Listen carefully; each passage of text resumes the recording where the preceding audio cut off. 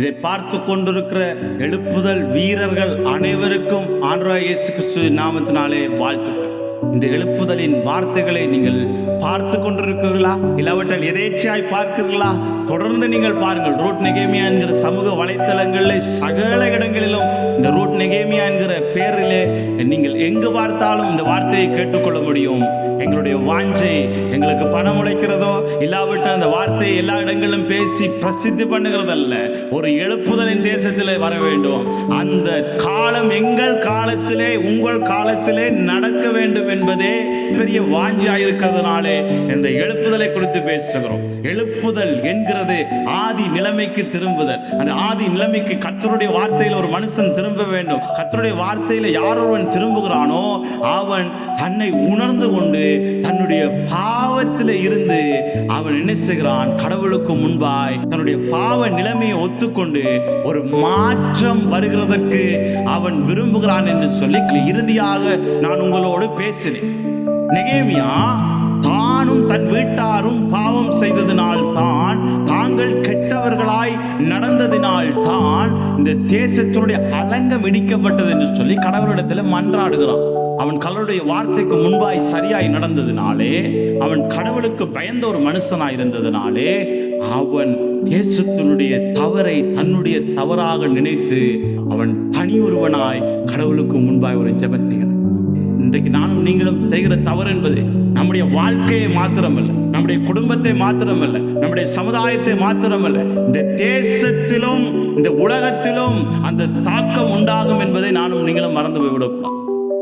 கடவுளுடைய வார்த்தையை மறந்து போய் என்ன செய்கிறார்கள்? ஜனங்கள் தங்களுடைய வாழ்க்கையை உணர்ந்து கொள்ளாமல் பாவத்திலும் அக்கிரமத்திலும் துணிகரமாய் என்ன செய்கிறார்கள்? தங்களுடைய வாழ்க்கையை அர்ப்பணித்துக் கொண்டு வாழ பழகிக் கொள்ளுகிறார்.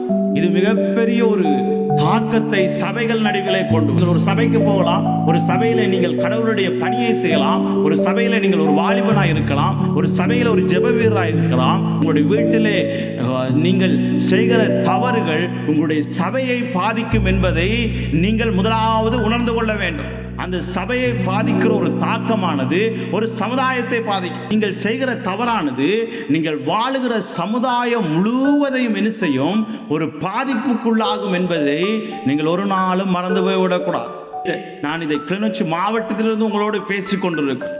இந்த மாவட்டத்தில் கடந்த சில வருஷங்களிலே கடவுளுடைய பிள்ளைகள் செய்த தவறுகள் அதிகமாய் இந்த தேசத்திலே மக்கள் நடுவிலே இந்த இலங்கை தேசம் முழுவதிலும் பேசப்பட்டது என்பதை நானும் நீங்களும் கேட்டிருக்கலாம்.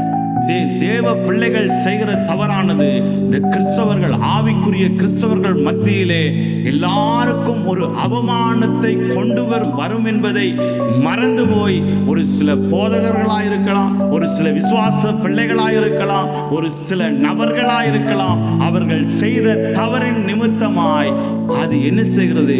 ஒரு பெரிய கிறிஸ்தவர்கள் மத்தியிலே பெரிய ஒரு இழிவான அவமானத்தை கொண்டு வரும். கடவுள் அவமானப்பட்டார். ஏன் அவமானப்பட்டார்? அவர் மனிதனுடைய பாவத்தை மன்னிக்க வேண்டும் என்பதற்காக அவர் அவமானப்பட்டார். இன்றைக்கு நானும் நீங்களும் தவறு செய்து கடவுளை அவமானப்படுத்துகிறோம். எப்படி அவமானப்படுத்துகிறோம்? கடவுள் எதற்கு அவர் அவமானப்பட்டாரோ அதை நானும் நீங்களும் மறந்து போய், கடவுள் ஏன் இந்த உலகத்தில் அவமானப்பட்டார் என்றால், அவர் நம்முடைய பாவங்களை மன்னிக்கிறதுக்காக அவர் எருசலேமுடைய ஜனங்களுக்கு முன்பாக அவமானப்பட்டார். இன்றைக்கு நானும் நீங்களும் கடவுளை அவமானப்படுத்துகிறோம். எப்படி அவமானப்படுத்துகிறோம்? பாவம் செய்து. எப்படி அவமானப்படுத்துகிறோம்? ஆண்டவருடைய பிள்ளைகள் இருக்க வேண்டிய நிலைமையை விட்டு இந்த பிரபஞ்சத்துக்கு ஒத்த வேஷம் தரித்து பாவத்திலும் அக்கிரமத்திலும் வேசித்தனத்திலும் விபச்சாரத்திலும் குடி மதுபோதையிலும் வெட்டு கொத்துகள் இப்பேற்பட்ட அநீதி நிலைமைகளிலும் கள்ளத்தனமாய் காரியங்களை செய்கிறதிலும் இந்த நாட்களிலே அநேக தேவனுடைய பிள்ளைகள் இந்த நாட்களிலே தேசத்திலே செயல்பட்டு வருகிறார். வேறு மாவட்டங்களை சொல்லவில்லை, எங்களுடைய மாவட்டத்தை குறித்து நான் பேசிக் கொண்டிருக்கிறேன். அது ஒருவேளை உங்களுடைய மாவட்டத்தில் நடைபெற்றுக் கொண்டிருக்கலாம். நான் வேறு இடங்களை பற்றி பேசவில்லை. நான் வாழுகிற இந்த மாவட்டத்தில் நடந்திருக்கிற காரியங்களை குறித்து பேசிக் கொண்டிருக்கிறேன். அது ஒருவேளை உங்களுடைய மாவட்டத்தில் நடக்கலாம், இந்த தேசத்தில் நடக்கலாம், உங்கள் சபைகள் நடுவில் நடக்கலாம், உங்களுடைய தேசங்கள் நடுவில் நடக்கலாம்.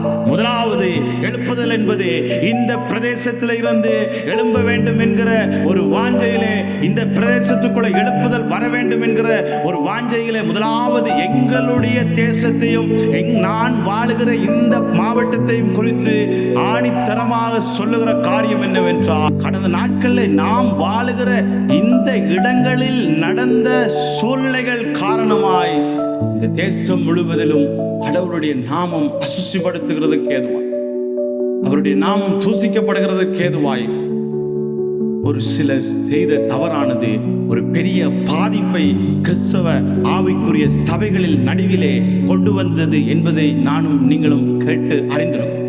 எனக்கு அருமையான தேவ ஜனமே, இந்த கிறிஸ்தவமானது இந்த இலங்கை தேசத்தில் மிகப்பெரிய விலைக்கிரயம் செலுத்தப்பட்டிருக்கிறது. இந்த கிறிஸ்தவமானது இந்த ஆவிக்குரிய சபைகள் வருகிறதற்கு கடவுளுடைய நாமம் இந்த தேசத்தில் சொல்லப்படுகிறதுக்கு ஏதுவாய் அநேக விலைக்கிரயங்கள் செய்யப்பட்டிருக்கிறது. அநேக தேவ மனிதர்கள் இதற்காக பிரயாசப்பட்டிருக்கிறார்கள். அவருடைய பிரயாசங்கள் எல்லாம் அசுசிப்படுத்தி இன்றைக்கு நானும் நீங்களும் ஆதி நிலைமையில இருந்த நிலைமையை விட்டுவிட்டு இன்றைக்கு இந்த உலகம் போகிற போக்கில் உலகத்தினுடைய பாவத்தோடு தேவனுடைய பிள்ளைகள் ஒட்டுறவு வைத்துக் கொண்டு கடவுளுக்கு முன்பாய் அக்கிரமம் செய்து அநீதியிலே நடந்தால் சபைகள் கேள்விக்குறியா, ஊழியங்கள் கேள்விக்குறியா, சபைகள் நடுவிலே இருக்கிற விசுவாசிகளுடைய வாழ்க்கை கேள்விக்குறியாகும் என்பதை நானும் நீங்களும் மறந்து போய் விடக்கூடாது. இந்த கேள்விகள் எல்லாம் கடவுளுடைய நாமத்தை தூசிக்கப்படும். கடவுளுக்காக பசியிலும் பட்டினியிலும் அவர்கள் பாராட்டின வைராக்கியத்தை இழிவுபடுத்துகிறதுக்கு ஏதுவாக நானும் நீங்களும் பாவத்தை செய்து அது இந்த தேசம் முழுவதிலும் பரவக்கூடுமாயிருந்தால்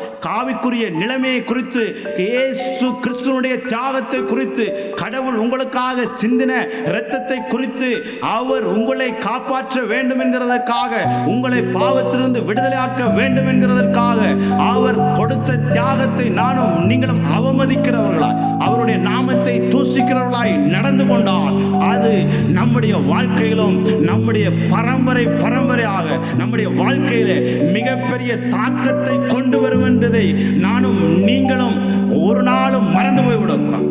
எனவே இந்த தேசத்தின் நடுவில் இருக்கிற யாரா இருந்தாலும், நீங்கள் எவ்வளவு பெரிய ஊழியக்காரர்களாக இருக்கலாம், கடவுளுக்கு முன்பாக நீங்கள் பரிசுத்தமாய் வாழக்கூடுமா, கடவுள் உங்களை ஆசீர்வதிப்பார், உங்களுடைய ஊழியத்தை ஆசீர்வதிப்பார். நீங்கள் கடவுளுக்கு முன்பாய் அசுசியான வாழ்க்கை நடத்தி உங்களுக்கு கொடுக்கப்பட்ட விசுவாசிகளை நீங்கள் சரியாய் நடத்தாமல் அவருடைய பிள்ளைகள் குடும்பங்கள் தவறு செய்தால் அந்த தவறுகள் தேசத்திலே அது மிக பெரிதளவிலே பேசப்படுமாயிருந்தால் அதற்குரிய தண்டனை உங்களையும் தேடி வரும் என்பதை நீங்கள் மறந்து போய்விடும்.